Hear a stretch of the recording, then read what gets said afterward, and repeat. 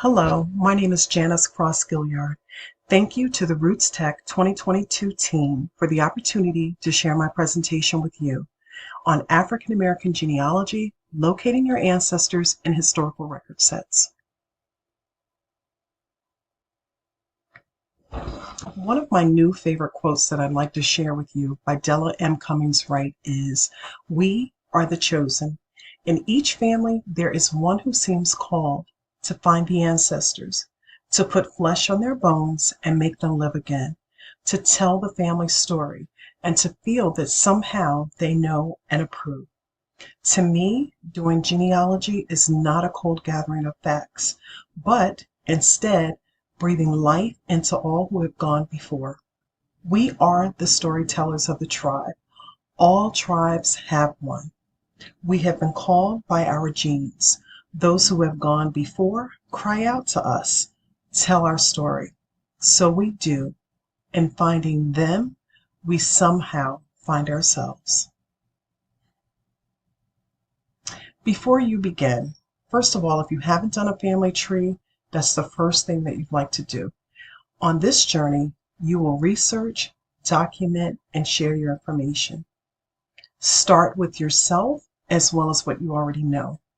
FamilySearch.org, Ancestry.com, and MyHeritage.com are three great sites to start out with.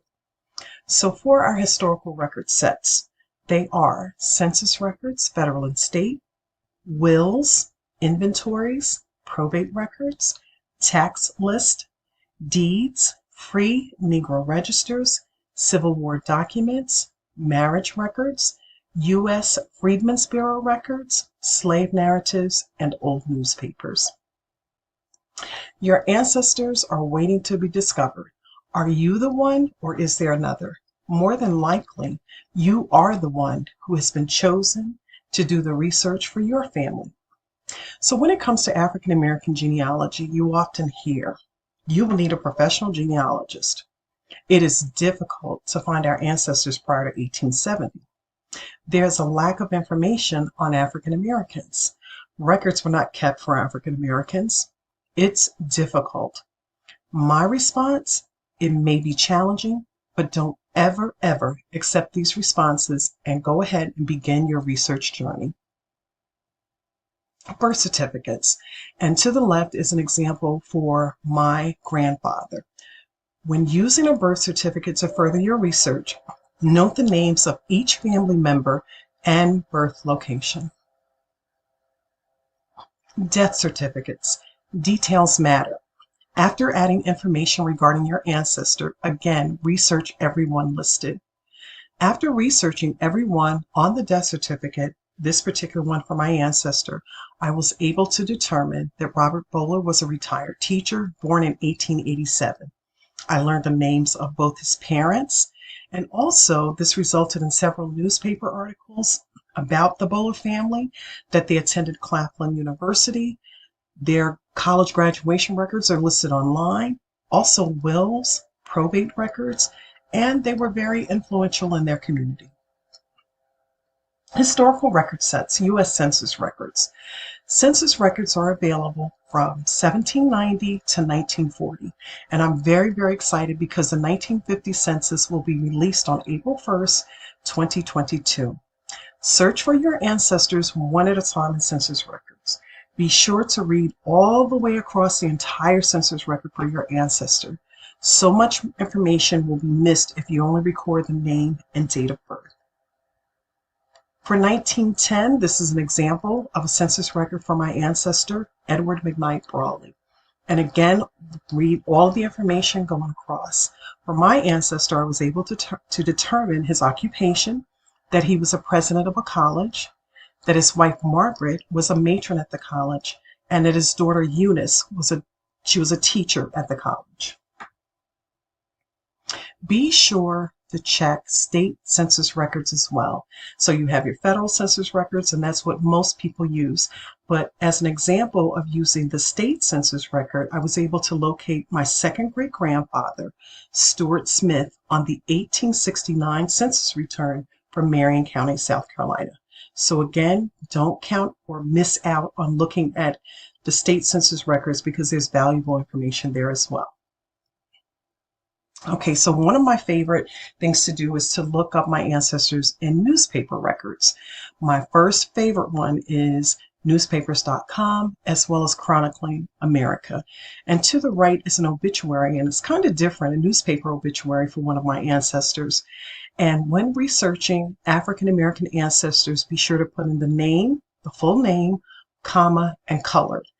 Back when they covered African Americans, that's what they would put. So you get better results. And I have Brian Sheffy to thank from Genealogy Adventures, because since I've started using that tool, I get better results when searching older newspapers or my ancestors. So for this obituary, I learned that Edward McKnight Brawley was a teacher, preacher, college president, and author. And here's an example of additional newspaper articles that I've included. So my grandmother passed away in January. She lived to be 97 years old. With this article to the left, I learned that my grandmother was named after her aunt and that longevity runs in our family. So Celia Woodbury lived to be 113 years old, and pertinent information about her family was included. To the right, news of my second great-grandfather's death reveals details that I wasn't aware of. He was a student at Howard University, he was a Mason, and he had a second wife that nobody knew about, and another daughter. Another resource is inventories. So this one is a list of Negroes, and several of my ancestors are listed. This inventory includes information on my fourth great-grandmother, Phoebe, Gade and Mary, and Eugenia.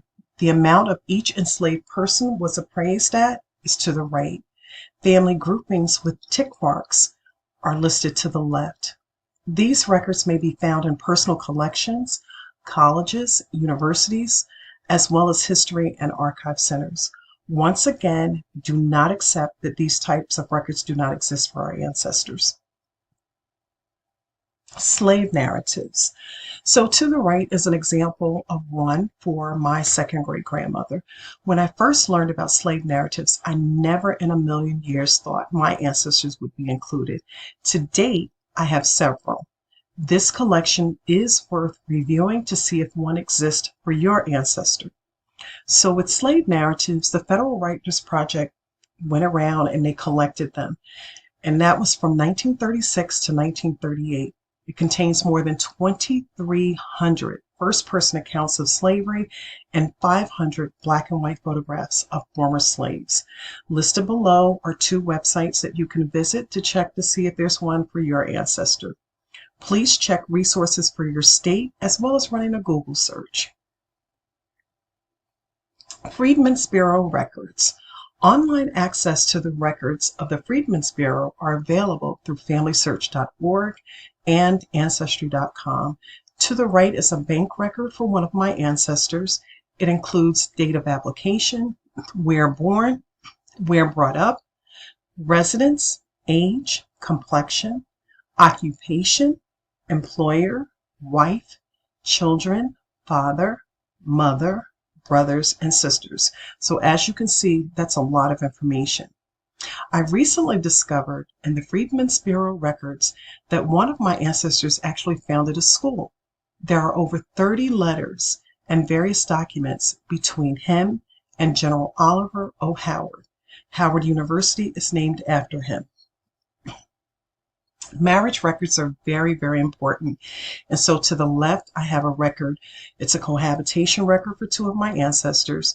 Beneath that is another marriage record where Joseph Goss and Mariah Swan were married at someone's home. And the reason that I point these out is that one of the dates is that they started their cohabitation or living together 1839. Another one is from 1866. And then to the right is an example of a more recent marriage record. So definitely look at marriage records. They do exist and much, much earlier than most people realize. So it's worth it to research marriage records. Wills. Wills are available online, but not all. There are numerous indexes available, but some of your research may require you to visit the local courthouse or use a search engine. To the left is a will for Stephen McWhite, listing my fifth great grandmother Willoughby and her husband Essex. To the right is a will for my third great grandfather, Gade Caesar, in the will of Benjamin Goss Sr. And there's other pertinent information that I was able to document and make my tree actually go back further, maybe 2 or 3 generations because of these wills. Another great resource are probate records. So this is an example of a probate record for my ancestor, Robert Bowler. It confirms, to the far right, it confirms his wife's name, his children, the property that he owned, and once again, that they were very prominent in their community. So don't just look at probate records and say, oh, well, or assume that there's nothing available. There's a ton of information available, and it gives you additional details to further your research. Civil War records. I remember when I would hear about them and I think, oh, there's nothing for my family. And I decided to take a chance and look, and was I wrong? To date, I have approximately 6 records, and here are 2. And so what these 2 documents reveal are their names, the infantry that they served in, their age, height, complexion, eye color, where they were born, their occupation, and their dates of enlistment. Fold 3 is a great resource to go to. You can also find records on FamilySearch.org and Ancestry.com, and more than likely you'll be directed to Fold 3, but it's a great resource. Look at Civil War records. What does your library have? Check online to see what your local library offers regarding family papers. They may have a listing of what's available online. An example, I called the local library in the county I'm researching in and asked if they had information on my fifth great grandmother. To my surprise, they did, and the reference librarian that I spoke with was kind enough to send me a booklet that she had. And so several women from the local Daughters of the American Revolution had a ceremony where they were honoring women that are living today and are very involved in their community, and then also historical figures. And one of those historical figures was my fifth great grandmother, Willoughby McWhite, and to the right is the section that was included about her. What historical records does your family have? You would be surprised, but you won't know if you don't ask. An example of me asking is that family members, they may have valuable information to assist you in your research journey. Be sure to confirm what is shared with you. I typically like to have at least 3 sources or documents to confirm or correct what has been shared with me. To the right is an example of a booklet that my cousin put together, and she has the woman that I mentioned earlier. There is there's a reference to my second great aunt, and this is the woman that my grandmother was named after. And so it's talking about Uncle Tom and him remembering vividly his experiences with Celia Woodbury. So it's worth it to check out what your family has as well. This research journey may be challenging, but it is not impossible.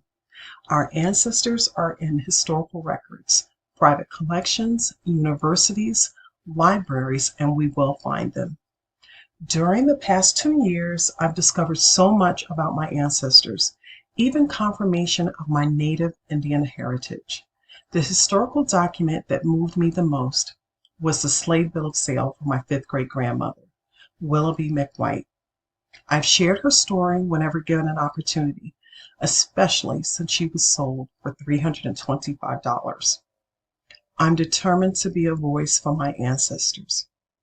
My sincere hope is that the examples that I shared will encourage and inspire you to continue researching, documenting, and sharing the legacy of your ancestors with your family. And to the right is the slave bill of sale. Thank you for listening, and I encourage you to research your African American ancestors, discover our existing historical records, and remember that this work is spiritual.